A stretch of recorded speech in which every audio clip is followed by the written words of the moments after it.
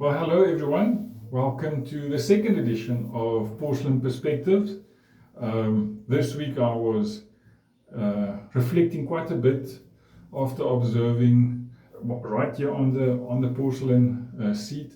I was observing a number of teams from different organizations, reading some articles, and also reflecting on experiences from my own team. And I'm realizing how important something like team cohesion is.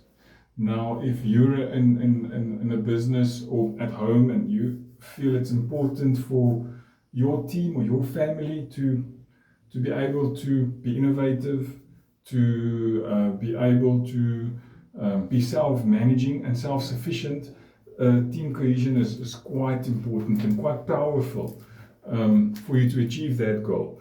And on top of that, if team cohesion is happening and it's in a good space, that also resolves many other challenges that you would potentially have if you didn't have cohesive teams. There's a lot I can say about cohesive teams, but today I just wanted to maybe touch on one or two practical examples to display or help you formulate some idea of impact of cohesive teams. Now, sports is always a good image or a good storytelling method of positioning cohesive teams. And like I said, I'm fortunate enough to live in South Africa and to actually specifically live in Cape Town. And we had a beautiful game on Saturday by the Springboks and the Irish. Both teams were phenomenal. And that reminded me, something in that match reminded me of why it's so important to have cohesive teams.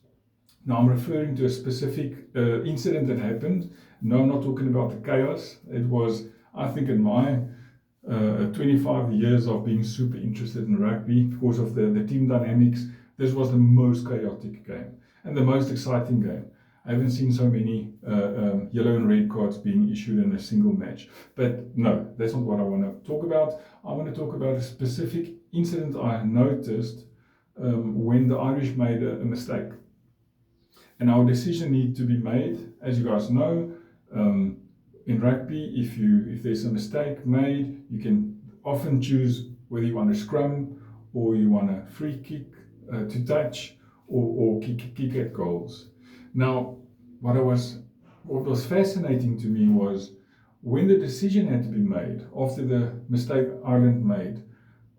It wasn't the coach. Well, it couldn't be the coach. We don't know. Rassie might have ways to communicate, but it wasn't him. It wasn't the captain. Sia didn't make the decision.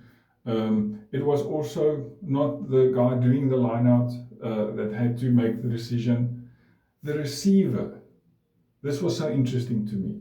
The camera was pointed at the line-out where the ball went into touch, and you could see Eben walking at the bottom of the screen. You could see him. He's tall, so it's not very difficult to spot Eben. And for those who don't know, Eben is very active in line-outs, and he made the decision. He was pointing to the guy that was going to actually put the ball in the line-out, and he was saying that, line-out, I've got this one. And the decision was focused on him. Now, if you think about that a little bit, and you watch other sports, and you also go and read a bit of team dynamic articles, the principle here is that the person that needs to take the decision, or go and execute the decision, or do the hard work in the decision, should be the person that makes the decision. Now, if you don't have a cohesive team, you can't allow that to happen. Now, in this example, Eben was showing, kick to touch, I've got it. And that made me think about decisions we make as leaders. What impact does our decision have on the people that actually sits with the consequences? The people that serves our clients, the people that answers the phones, the people that sell, whether it's policies or vehicles or homes, the people in your team that actually suffers or enjoys the consequences of the decisions that you made. And that's the principle that I think is important. And I'm not going to give you a lesson about that today. I want you to go and think about it. Think about the power your team will have if the person that needs to live with the consequences makes those decisions. So Eben said, kick to touch, I've got it. the kick to touch, and he was super committed. And that's one of the benefits of having this type of team dynamic and team cohesion, is that person making the decision is the person that owns it. And I don't have to tell you, even did what he had to do, he grabbed the ball, and that's there was a scrum right after, and as we know, South Africa won. Go and think about a team cohesion, go Google it a bit, go play with AI, ask AI about team cohesion in different economies and markets, and email me. You've got my emails at the bottom of my videos. Stick a comment in, ask some questions, and we'll talk a bit more about that in the weeks to come. Team cohesion. Think about it. Super interesting. Until we chat again. Cheers.